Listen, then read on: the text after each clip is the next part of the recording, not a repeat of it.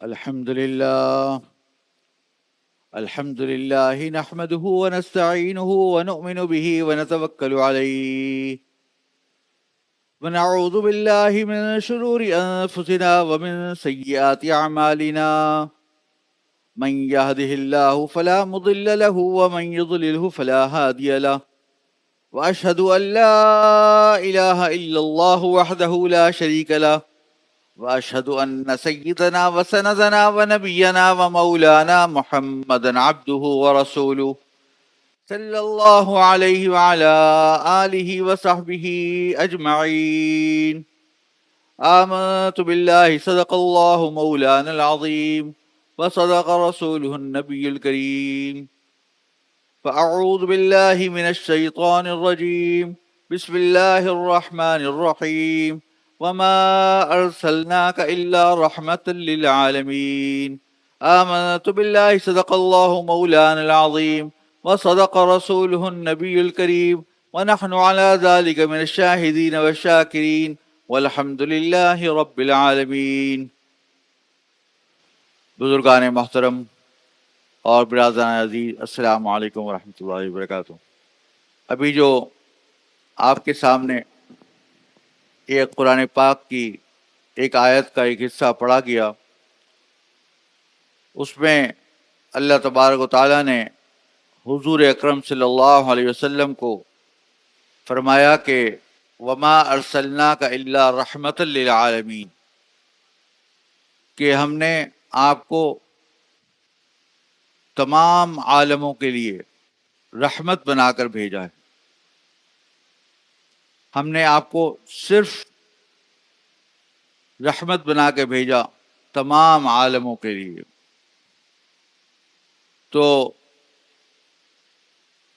جیسا کہ ہم جانتے ہیں کہ یہ مہینہ ربیع الاول کا ہے، اور اس مہینے میں حضور اکرم صلی اللہ علیہ وسلم کا تذکرہ کیا جاتا ہے.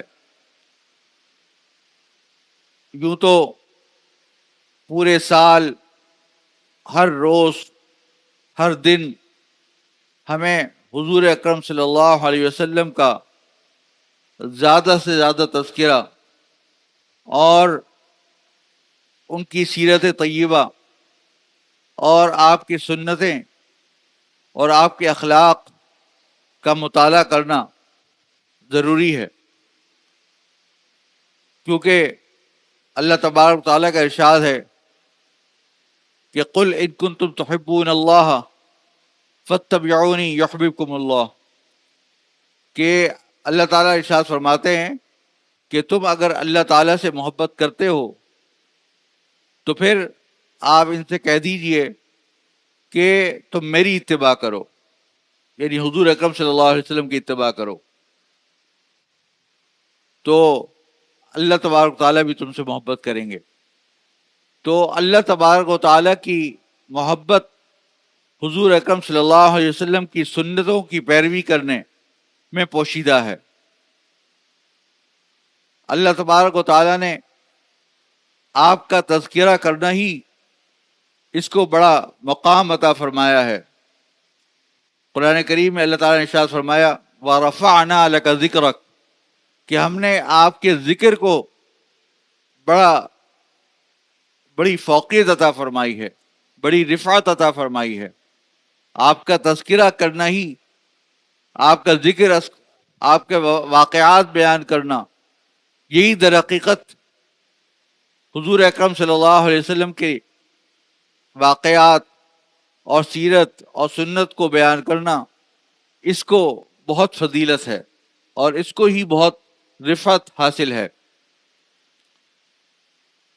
ہمارے لیے حضور اکرم صلی اللہ علیہ وسلم کو اللہ تبارک و تعالیٰ نے ایک رحمت بنا کے بھیجا، اور آپ کے لیے مکمل طور پہ ایک ہدایت کا سامان ہمارے لیے بنا کے بھیجا. اس لحاظ سے حضور اکرم صلی اللہ علیہ وسلم کا احسان ہم تمام مسلمانوں کے اوپر اتنا زیادہ ہے کہ ہم اپنے سے زیادہ اور اپنے مال اور اولاد اور بال بچے اور والدین اور اقارب، ان سب سے زیادہ جب تک کہ ہم حضور اکرم صلی اللہ علیہ وسلم سے محبت نہیں کریں گے تو ہمارا اسلام، ہمارا ایمان مکمل نہیں ہوگا۔ قرآن کریم میں اللہ تبارک و تعالیٰ نے ارشاد فرمایا کہ النبی اولیٰ بالمؤمنین من انفسہم، کہ نبی کی ذات یہ زیادہ قریب ہے مومنین کے خود ان کی جانوں سے بھی زیادہ، کیونکہ انسان میں اور حیوان میں صرف یہی فرق ہے کہ اگر وہ صحیح مسلمان ہو اور اس کے اندر سارے اخلاق حسنہ جمع کر دیے جائیں اور وہ تمام شریعت کا پابند ہو جائے اور اس پر عمل پیرا ہو جائے تو در حقیقت وہ صحیح معنوں میں انسان ہے، اس کے شر سے لوگ محفوظ رہیں، لوگوں کے لیے وہ خیر کا سبب بن جائے۔ ورنہ تو بہت سارے جانور ایسے بھی ہیں کہ جو فائدہ مند ہیں، جیسے گائے بکری وغیرہ، ان سے نفع پہنچتا ہے اور شر نہیں پہنچتا، لیکن اللہ تبارک و تعالیٰ نے انسان کو جو اشرف المخلوقات بنایا وہ اس لیے کہ تاکہ ہم اللہ تبارک و تعالیٰ کی عبادت کریں۔ وما خلقت الجن والانس الا لیعبدون، کہ اللہ تعالیٰ فرماتے ہیں کہ میں نے جنات اور انسان کو صرف عبادت کے لیے پیدا کیا۔ اب یہ عبادت کیسے ہوگی اور کیوں کر ہوگی اور کس طرح ہوگی، یہ طریقہ جو ہے وہ حضور اکرم صلی اللہ علیہ وسلم نے ہمیں بتایا۔ اگر حضور ہمیں تعلیم نہ دیتے تو ہمیں پتہ ہی نہ ہوتا کہ کیا چیز صحیح ہے کیا غلط ہے، ہم دائیں یا بائیں نکل جاتے۔ حضور اکرم صلی اللہ علیہ وسلم نے ارشاد فرمایا کہ میری مثال ایسی ہے کہ جو باتیں میں بتلاتا ہوں تو اس کی مثال ایسی ہے کہ 3 لکیریں کھینچی آپ نے، ایک دائیں طرف، ایک بائیں طرف اور ایک بیچ میں، کہ اگر کوئی آدمی دائیں نکل جائے تو بھی غلط ہے، بائیں نکل جائے تو بھی غلط ہے، لیکن اگر سیدھا چلا جائے تو وہی در حقیقت وہ صراط مستقیم ہے، جس کو اللہ تعالیٰ نے فرمایا اور اللہ تبارک تعالیٰ نے گواہی دی، یاسین والقرآن الحکیم انک علی صراط مستقیم، کہ آپ سیدھے راستے پر ہیں۔ اور حضور اکرم صلی اللہ علیہ وسلم نے ارشاد فرمایا کہ بعثت لأتمم مکارم الاخلاق، کہ مجھے بھیجا گیا ہے تاکہ میں تمام اخلاق کے مکارم کو پورا کروں۔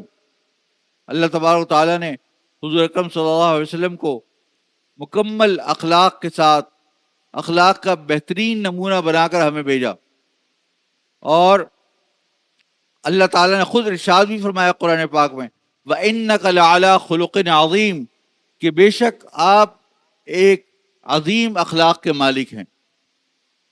حضرت عائشہ صدیقہ رضی اللہ عنہ سے کسی نے آپ صلی اللہ علیہ وسلم کے اخلاق کے بارے میں پوچھا تو آپ نے فرمایا کہ کان خلق رسول اللہ صلی اللہ علیہ وسلم القرآن، کہ حضور اکرم صلی اللہ علیہ وسلم کے اخلاق ہی در حقیقت قرآن تھا۔ ایک جگہ حدیث میں آتا ہے کہ حضور اکرم صلی اللہ علیہ وسلم نے ارشاد فرمایا کہ قرآن کریم کے ایک ظاہری معنی ہیں اور ایک باطنی معنی ہیں۔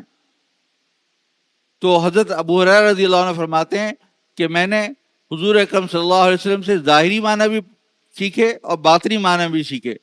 تو باطنی معنی در حقیقت وہ سارے اسرار و معارف اور وہ سارے علوم ہیں جو حضور پاک صلی اللہ علیہ وسلم کے ذریعے سے امتیوں کو ملے ہیں۔ تو آپ اور ہم اگر حضور اکرم صلی اللہ علیہ وسلم کی سیرت پر اور سنتوں پر صحیح طریقے سے عمل کریں گے تو در حقیقت ہم مسلمان ہو سکتے ہیں، لیکن اس کے لیے یہ ضروری ہے کہ ہم سیرت کا اور سنت کا مطالعہ کریں۔ ہمارے لیے یہ لازمی ہے کہ جب تک کہ ہم حضور اکرم صلی اللہ علیہ وسلم کی تمام سنتوں کو اچھی طریقے سے سمجھ نہیں لیتے اور پڑھ نہیں لیتے تو اس وقت تک ہمارا اسلام کا علم، ہماری شریعت کا علم کامل نہیں ہو سکتا۔ آپ کو جیسے پتا ہے کہ سنتوں کی دو قسمیں ہیں، ایک کہلاتی ہے سنن ہدا اور ایک کہلاتی ہے سنن زوائد۔ سنن ہدا ان سنتوں کو کہا جاتا ہے کہ جو حضور پاک صلی اللہ علیہ وسلم نے بیان کی بطور سنت کی، اپنی عادت کے، اور جس کی اتباع تمام مسلمانوں کے لیے لازمی قرار دی گئی۔ اور سنن زوائد وہ ہیں کہ جو حضور پاک صلی اللہ علیہ وسلم نے کوئی چیز ایسی کی جو کبھی کی، کبھی نہیں کی، اور کبھی چھوڑ دی، تو وہ سنن زوائد میں ہے۔ پھر سنن ہدا کے اندر بھی بعض چیزیں ایسی ہیں کہ جو فرائض میں داخل ہیں، بعض چیزیں ایسی ہیں کہ جو واجبات میں داخل ہیں، اور بعض چیزیں ایسی ہیں کہ جو نفل ہیں، یہ سنت موقدہ یا سنت غیر موقدہ ہیں۔ تو ہمیں در حقیقت ان تمام چیزوں کو سیکھنا ہے، اور اس کے لیے ایسی کتابوں کا مطالعہ کرنا ہے کہ جس کے اندر یہ تمام چیزیں تفصیل کے ساتھ بیان کی گئی ہوں۔ اگر ہم حضور اکرم صلی اللہ علیہ وسلم کی سنتوں کو اگر مختلف شعبوں میں تقسیم کریں تو کچھ جو سنتیں ہیں، جو تعلیمات ہیں، وہ عقائد سے متعلق ہیں، اور کچھ عبادات سے متعلق ہیں،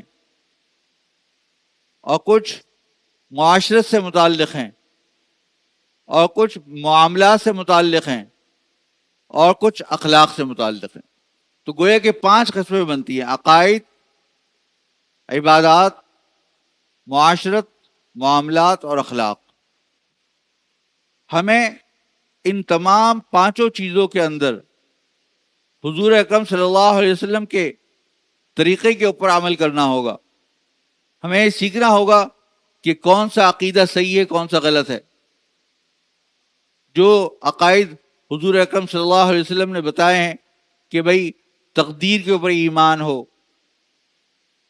آسمانی کتابوں پر ایمان ہو، سابقہ رسولوں اور انبیاء کرام پر ایمان ہو، جنت اور دوزخ پر ایمان ہو، روز محشر میں اٹھائے جانے پر ایمان ہو، جنت اور دوزخ کے اوپر ایمان ہو، تو اور اس بات کا کہ ہر چیز جو بھی ہوتی ہے اللہ تعالیٰ کی تقدیر سے ہوتی ہے، چاہے انسان کو اچھی حالت ہو یا بری حالت ہو، جو بھی ملتا ہے در حقیقت اللہ تعالیٰ کی طرف سے لکھا ہوا ہوتا ہے اور وہ تقدیر کے حساب سے ہوتا ہے۔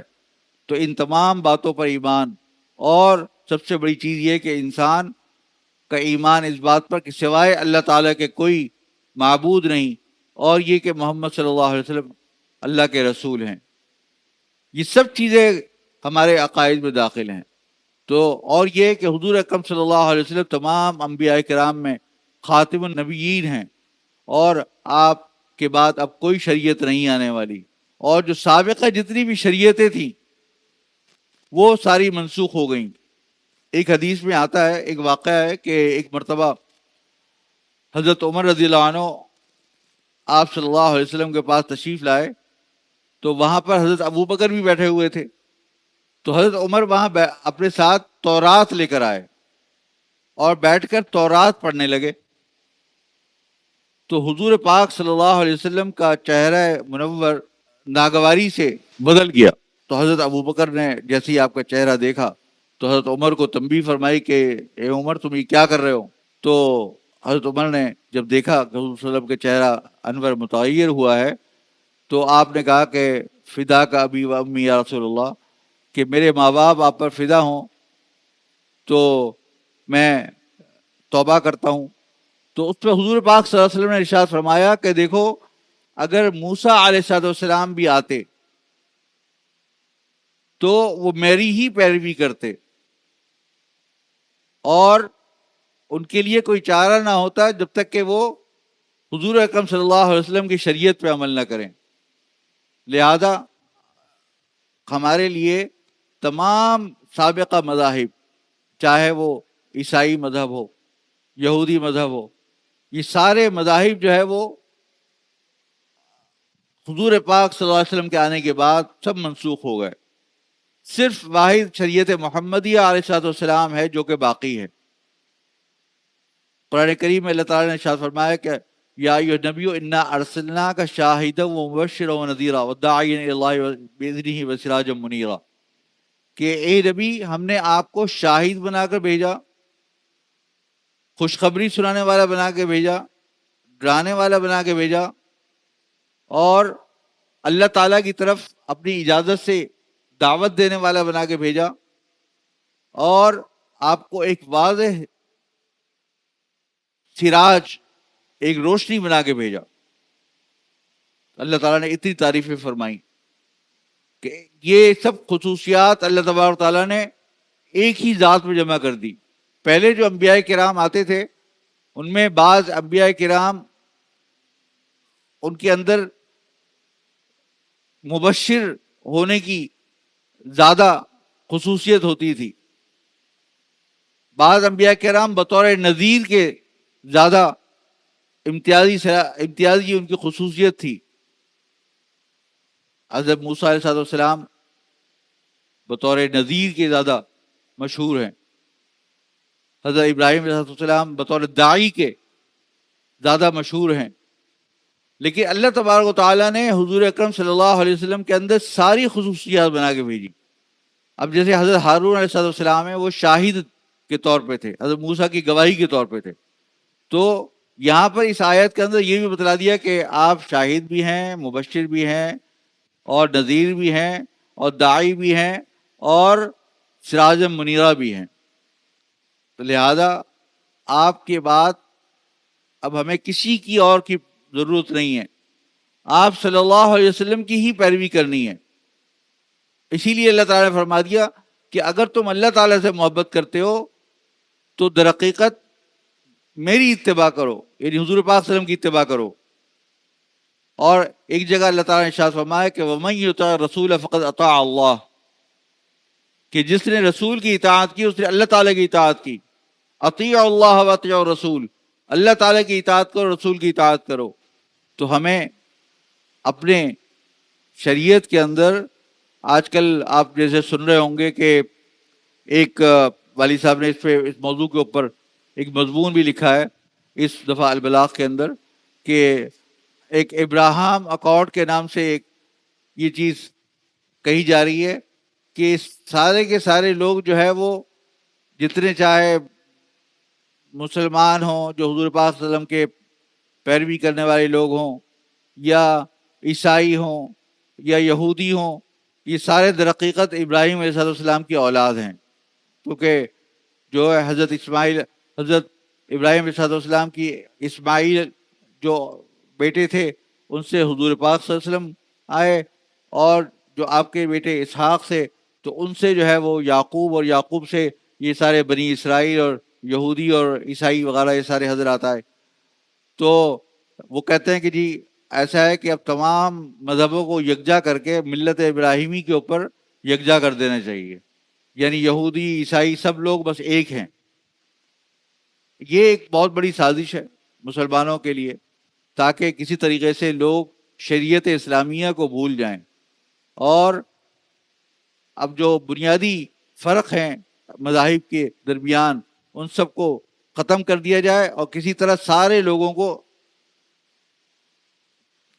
لوگوں کی شریعتوں کو خلط ملط کر کے مسخ کر دیا جائے.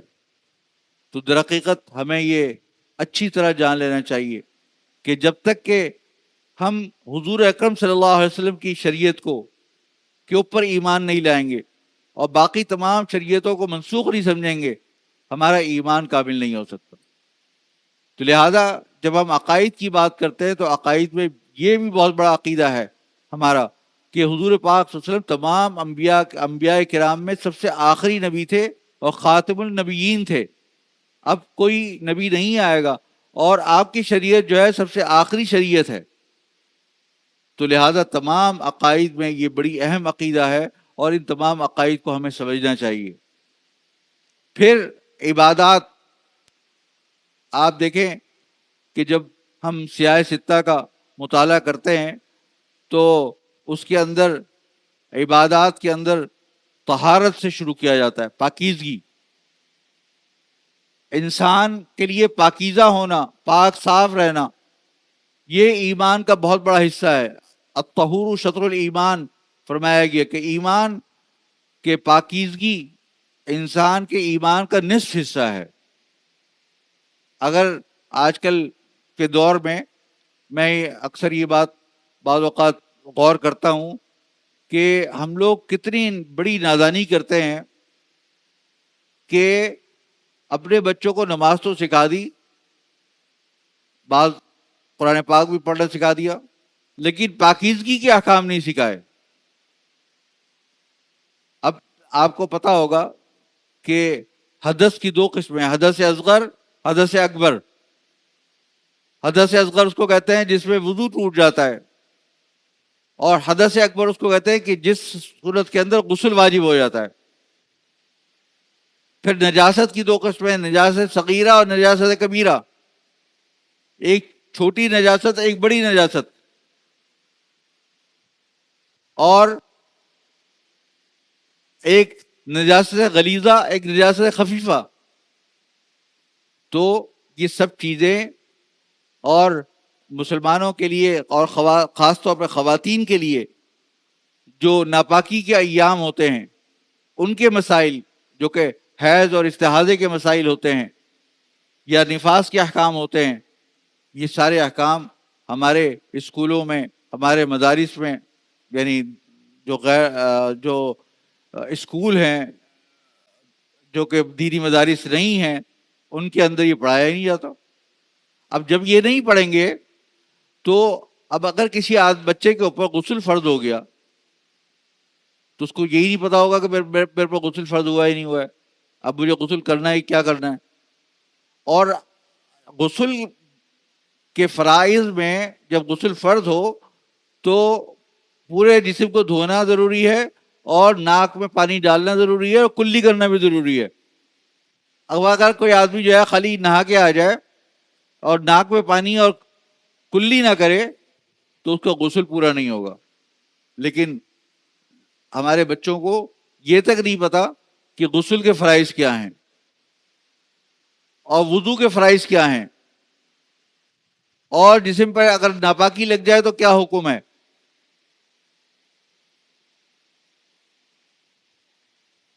تو یہ باتیں، حالانکہ اس شریعت کے اندر اس کا بہت زیادہ احکام آئے ہیں. آپ اگر کتابیں اٹھا کے دیکھیں جو سنت کی اور حدیث کی کتابیں ہیں، اس میں کتاب الطہارہ ایک بہت پوری کتاب ہوتی ہے جس کے اندر غسل کے احکام، وضو کے احکام، نجاست کے احکام، یہ سب چیزیں ہمیں پڑھائی جاتی ہیں. ہمارے حضور اکرم صلی اللہ علیہ وسلم نے ایک ایک چیز ہمیں سکھائی. یہودی بعض اوقات مذاق اڑاتے تھے. ایک مرتبہ حضور پاک صلی اللہ علیہ وسلم جب آپ بیت الخلاء جاتے تو آپ کی عادت تھی کہ اس زمانے میں بیت الخلاء تو نہیں تھے، تو آپ دور تشریف لے جاتے اور کوشش کرتے کسی چیز کی آڑ میں ہو کر اور اپنے آپ کو، بدن کو زیادہ چھپا کر اپنے قضائے حاجت کریں. اور اس بات کا بھی اہتمام کرتے تھے کہ قبلہ رخ نہ ہو، نہ قبلے کے مخالف سمت میں ہوں. تو وہاں پر جو ہے وہ شمالن، مدینہ منورہ میں جو قبلہ ہے یا قبلے کی مخالف سمت ہے وہ شمالن جنوبن ہے. تو آپ نے فرمایا کہ یا تو مشرق کی طرف رخ کرو یا مغرب کی طرف. تو ایک مرتبہ یہودی مذاق اڑانے لگے، کہنے لگے کہ تمہارے رسول جو ہیں، تمہارے نبی جو ہیں، وہ عورتوں کی طرح قضاء حاجت کرتے ہیں کہ اپنے آپ کو چھپاتے ہیں. تو حضور نے فرمایا کہ دیکھو، تم لوگوں کے اوپر، جو بنی اسرائیل تھے، ان کے اوپر تو اتنے سخت احکام تھے کہ جب تم لوگوں کے جسم کے اوپر اگر کوئی نجاست لگ جاتی تو اس وقت تک ان کو اجازت نہیں تھی جب تک کہ وہ اس کو کھرش نہ ڈالیں، یعنی جسم کے حصے کو کاٹ نہ ڈالیں. یا اگر کپڑے کو لگ جاتی کپڑے کو کاٹنا پڑتا تھا. اور پھر کسی عالم نے یا کسی نے ان کو کہہ دیا کہ ان چیزوں چھوڑ دو تو ان کے اوپر عذاب آیا اور ان کو قبروں میں عذاب دیا جاتا تھا. ایک مرتبہ حضور اکرم صلی اللہ علیہ وسلم ایک جگہ سے جا رہے تھے، 2 قبر وہاں پہ تھی، تو آپ نے فرمایا کہ ان دونوں قبروں کے اوپر عذاب ہو رہا ہے، صاحب قبر کے اوپر، جو قبر میں مدفون ہیں لوگ. اور پھر فرمایا کہ ان کو کسی بڑے گناہ پہ عذاب نہیں ہو رہا، بلکہ بڑے کسی چیز پہ عذاب نہیں ہو رہا، بلکہ بظاہر دیکھنے میں چھوٹی چیزیں ہیں. ایک آدمی یہ ہے ان میں سے کہ جو اپنے پیشاب سے نہیں بچتا تھا، پیشاب کے قطرے لگ جاتے تھے، یا پیشاب کپڑوں پہ لگ جاتا تھا، تو وہ پیشاب سے نہیں بچتا تھا، تو اس وجہ سے اس کو عذاب دیا جا رہا ہے. اور دوسرا آدمی جب بات چیت کرتا تھا تو چغلیاں کرتا تھا، راستے میں جا رہا ہے بات چیت کرتا ہوا چغلیاں کر رہا ہے، لوگوں کی چغل خوری کر رہا ہے، لوگوں کی برائی بیان کر رہا ہے، لوگوں کو اکسا رہا ہے، لوگوں کو غیبت کر رہا ہے. تو یہ چغلیاں کرتا تھا وہ. تو پھر آپ نے کیا کیا؟ آپ نے یہ کیا کہ ایک درخت کی ٹہنی جو بالکل تر و تازہ تھی اس کو توڑا اور اس کے دو حصے کیے، ایک حصے کو ایک قبر پہ لگایا اور ایک حصے کو دوسرے قبر پہ لگایا، اور فرمایا کہ جب تک یہ تر و تازہ رہیں گی اور جب تک یہ خشک نہیں ہو جاتی تو مجھے اللہ کی ذات سے امید ہے کہ اللہ تعالیٰ ان کے عذاب کو میں تخفیف کر دے گا. کیونکہ ام من شیء الا یسبح بحمدی، کہ جتنی بھی دنیا بھر کے اندر چیزیں ہیں وہ سب اللہ تعالیٰ کی تسبیح بیان کرتی رہتی ہیں. تو جب تک یہ شاخ زندہ رہے گی تو یہ اللہ کی تسبیح بیان کرتی رہے گی، اور جب اللہ کی تسبیح ہوگی، اللہ تعالیٰ کا شکر ہوگا، تو پھر اللہ تعالیٰ کا عذاب کیسے آئے گا؟ تو جو لوگ شکر ادا کرتے ہیں، اللہ تعالیٰ کی تسبیح بیان کرتے ہیں، استغفار کرتے ہیں، ذکر کرتے ہیں، تو اللہ تعالیٰ کا ان سے عذاب ٹل جاتا ہے. تو اسی وجہ سے فرمایا کہ جب تک یہ خشک نہیں ہو جاتے، چونکہ در حقیقت وہ تسبیح کرتے رہیں گے جب تک کہ وہ ان کے اندر زندگی کے آثار رہیں گے، تو لہذا ان کے اوپر عذاب ٹل جائے گا. تو پتہ کیا چلا کہ پیشاب سے نہیں بچتے تھے، اس وجہ سے ان کے اوپر عذاب ہو رہا ہے. اور پھر آپ نے فرمایا کہ بہت ان عامت العذاب القبر منہ، کہ بہت سی دفعہ قبر کا عذاب صرف پیشاب کی وجہ سے ہوتا ہے، کہ پیشاب سے صحیح طریقے سے نہیں بچے. تو ہم لوگ دیکھیں کس قدر اپنے یہاں گندگی اور نجاست ہوتی ہے، ہمیں خیال بھی نہیں ہوتا کہ ہم اس کا اہتمام کریں اور اپنے آپ کو نجاست سے بچائیں. حدیث میں آتا ہے کہ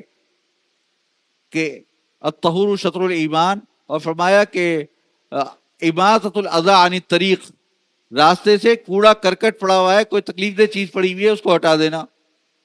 ہمارے یہاں آپ دیکھیں لوگ جو ہے وہ اپنے گھروں کے سامنے یا گھروں میں یا باہر گندگی رکھتے ہیں، صفائی ستھرائی نہیں رکھتے. تو یہ سب چیزیں شریعت کا حصہ ہیں. تو انسان کو ہمیں اب ہم جب دور حدیث میں پڑھ رہے ہوتے ہیں یا موقوف علیہ کے اندر مشکات شریف پڑھ رہے ہوتے ہیں، کتنا ٹائم ہم جو ہے وہ کتاب الطہارہ کے اندر لگاتے ہیں، جس کے اندر پاکیزگی کے احکام ہیں. چھوٹی چھوٹی چیزیں بتائیں کہ بھئی تم اگر پتھر استعمال کرو تو کتنے پتھر استعمال کرو، اور تم جو ہے وہ گوبر یا لید کا استعمال استنجا کے لیے نہ کرو، اور فرمایا کہ ہڈی کا استعمال نہ کرو کیونکہ یہ جنات کی غذا ہے. تو ہمیں اتنی چیزوں کو بتایا گیا شریعت کے اندر، حضور پاک صلی اللہ علیہ وسلم کو نے ایک ایک چیز ہمیں بتلا دی. تو یہ تو ایک چھوٹی سی مثال ہے جو کہ میں نے آپ کو پاکیزگی کی بتائی، لیکن طہارت کے علاوہ عبادات، نماز، روزہ، حج، زکوٰۃ، پھر صدقات، خیرات، یہ تمام چیزیں، اس کے بارے میں احکامات. پھر انسان کے لیے معاملات، کہ کیا چیز حلال ہے کیا حرام ہے. اب آج کل کے زمانے میں جو دنیا بھر کے اندر مختلف قسم کے کاروبار پھیلے ہوئے ہیں، آپ دیکھتے ہوں گے کبھی کوئی کرپٹو کرنسی آ رہی ہے تو کبھی کوئی چیز ہو رہی ہے، کبھی یہ ہو رہا ہے تو کبھی وہ ہو رہا ہے. لیکن آپ کو عجیب بات یہ ہے کہ ان تمام چیزوں کے احکامات حضور اکرم صلی اللہ علیہ وسلم نے شروع میں بتا دیے تھے. آپ اگر وہ احکامات سیکھ لیں، وہ احکامات ہمیں پتہ چل جائیں، تو ہم بتا سکتے ہیں کہ یہ جو طریقہ ہے یہ صحیح ہے یا غلط ہے. آج کل جو ہے نا وہ ایک چیز کہلاتی ہے جس کو کہتے ہیں کہ ایتھیکل بزنس یا ایتھیکل فائنانس، یعنی کہ اخلاقی بزنس، اس پہ انہوں نے تحقیق کی بھئی وہ اخلاقی کیا ہو سکتی ہے. تو انسان ہے نا، انسان کا دماغ جہاں تک کام کرے گا تو وہیں تک سوچے گا. تو انہوں نے کہا 3 چیزیں جو ہے نا وہ اخلاقی ہیں. اس کا انہوں نے جو یونائٹڈ نیشن ہے، اقوام متحدہ، اس نے اس کا نام رکھا SEG. ایس کا مطلب سوشل، ای کا مطلب انوائرمنٹل، اور جی کا مطلب گورننس. تو انہوں نے کہا کہ دیکھیں 3 چیزیں جو ہے نا اگر یہ صحیح ہوں گی تو وہ چیز اخلاقی ہو جائے گی. کیا مطلب؟ یعنی کہ سوشل کا مطلب یہ ہے کہ ایسا کوئی کام کیا جائے، ایسا کوئی بزنس کیا جائے جس سے عامت الناس کو فائدہ ہو، معاشرے کو فائدہ ہو. سوشل ویلفیئر نام رکھ دیا اس کا. اور دوسرے کو کہا انوائرمنٹل، یعنی کہ کوئی ایسا کام کیا جائے جس کے ہماری پوری انوائرمنٹ کے اندر جو پولیوشن آ رہی ہے، جو آلودگی آ رہی ہے، اس کو بہتر ہو. تو لہٰذا اس کے لیے جو ہے وہ الیکٹرک گاڑیاں آنی شروع ہو گئی ہیں، اور کیا کہتے ہیں وہ اب یہ ہو گیا کہ بھائی فیول جو ہے وہ جلانا نہیں چاہیے، اور اس سے جو ہے وہ آکسیجن کی کمی واقع ہوتی ہے، تو اس سے جو ہے وہ نقصان ہوتا ہے انسان کو. اور پھر جو ویدر ہے یا جو ہمارا جو موسم ہے وہ مزید گرم سے گرم تر ہوتا چلا جا رہا ہے. تو اس وجہ سے وہ جو کام کریں، بزنس کریں تو ایسا کریں کہ جس کو انوائرمنٹل لحاظ سے اچھا ہو. اور تیسری چیز ہے گورننس. گورننس کا مطلب یہ ہے کہ آپ جو بھی کوئی چیز کو گورن کریں، یعنی جس پہ حکومت کریں، تو اس کے اندر امانت و دیانت سے کام لیں. اس پہ کانفلکٹ آف انٹرسٹ نہ ہو، اس پہ کوئی موضوع تہمت کوئی چیز نہ ہو، اس پہ کوئی رشوت خوری نہ ہو، کوئی خیانت نہ ہو. اب یہ ساری چیزیں ہمیں حضور پاک صلی اللہ علیہ وسلم نے کتنے عرصے پہلے بتا دی تھی، بلکہ اس سے کہیں زیادہ چیزیں بتائی ہوئی ہیں. لیکن چونکہ انسان کو بہت ساری چیزوں کو سمجھنے کے لیے وحی الہی کی ضرورت ہوتی ہے. اب یہ بیٹھ کے آج غور کر رہے ہیں کہ کیا چیز ایتھیکل ہے، حالانکہ ہمارے اسلام میں ربا، سود یہ حرام ہے، غرر یہ حرام ہے، یعنی کہ چیزوں کا معلوم نہ ہونا یا انسرٹن ہونا، یا میسر حرام ہے، جوا جس کو کہتے ہیں. پھر اس کے اندر اس کی بہت ساری قسمیں بیان کی گئی ہمارے فقہ کے اندر، جیسے بیع المعدوم ہے، یا بیع قبل القبض ہے، ربح ما لم یضمن ہے، بیع الکالی بالکالی ہے، بیع الدین بالدین ہے. بہت ساری قسمیں ہیں اس کی. تو سب شریعت میں بتا دیا گیا کہ یہ چیزیں صحیح نہیں ہیں. اب آج آپ دیکھیں بہت سارے کاروبار جو ہے وہ ان میں سے کسی ایک چیز میں داخل ہو جاتے ہیں. تو کوئی شارٹ سیل کہلاتا ہے، کوئی ڈیریویٹیوز کہلاتا ہے، کوئی جو ہے وہ بانڈز کی سیل کہلاتا ہے، تو کوئی انٹرسٹ کہلاتا ہے. بہت ساری قسمیں ہو گئیں. لیکن چونکہ ہمارے ہاں پتہ ہی نہیں ہے، کسی کو علم ہی نہیں ہے اس کا کہ شریعت میں حضور پاک صلی اللہ علیہ وسلم نے یہ چیزیں ہمیں سکھلائیں، لہذا ہم یہ سارے کام کرتے ہیں. تو معاملات کے اندر ہمیں اسی طریقے سے معاشرت کے اندر کہ رشتہ داروں کے کیا حقوق ہیں، بہن بھائیوں کے کیا حقوق ہیں، پڑوسیوں کے کیا حقوق ہیں، اور پھر اخلاق کے اندر اخلاق ظاہرہ، اخلاق باطنہ. تو یہ بہت ساری چیزیں ہیں کہ جو کہ ہم سب کو سمجھنی چاہیے، اور یہ ایک مجلس میں ساری چیزیں جمع بھی نہیں ہو سکتی. اور اسی لیے میں تمام حضرات سے یہ کہوں گا کہ زیادہ سے زیادہ سیرت کا مطالعہ کریں. اور اس سلسلے میں جو 2 کتابیں ہیں جو کہ انسان کو اپنے زیر مطالعہ ہر وقت گھر میں رکھنی چاہیے. ایک ہمارے داد ابا رحمہ اللہ کی کتاب سیرت خاتم الانبیاء، یہ بڑی بہترین کتاب ہے. اور اس پہ آپ ذرا اگر مقدمہ پڑھیں حضرت تھانوی رحمۃ اللہ علیہ نے کیا لکھا ہے اس کے اوپر مقدمے میں، تو آپ حیران رہ جائیں گے تھانوی رحمۃ اللہ علیہ نے کیا اس کے اندر اس کی تعریف میں کیا لکھا ہے. اور دوسری کتاب جو ہے وہ اسوہ رسول اکرم صلی اللہ علیہ وسلم حضرت ڈاکٹر عبدالعلی صاحب رحمۃ اللہ علیہ کی. یہ 2 کتابیں ہم سب کو اپنے گھر میں رکھنی چاہیے اور اس کا مطالعہ کرنا چاہیے، تاکہ زیادہ زیادہ ہم سیرت اور سنت پر عمل کر سکیں. وآخر دعوانا الحمد للہ رب العالمین.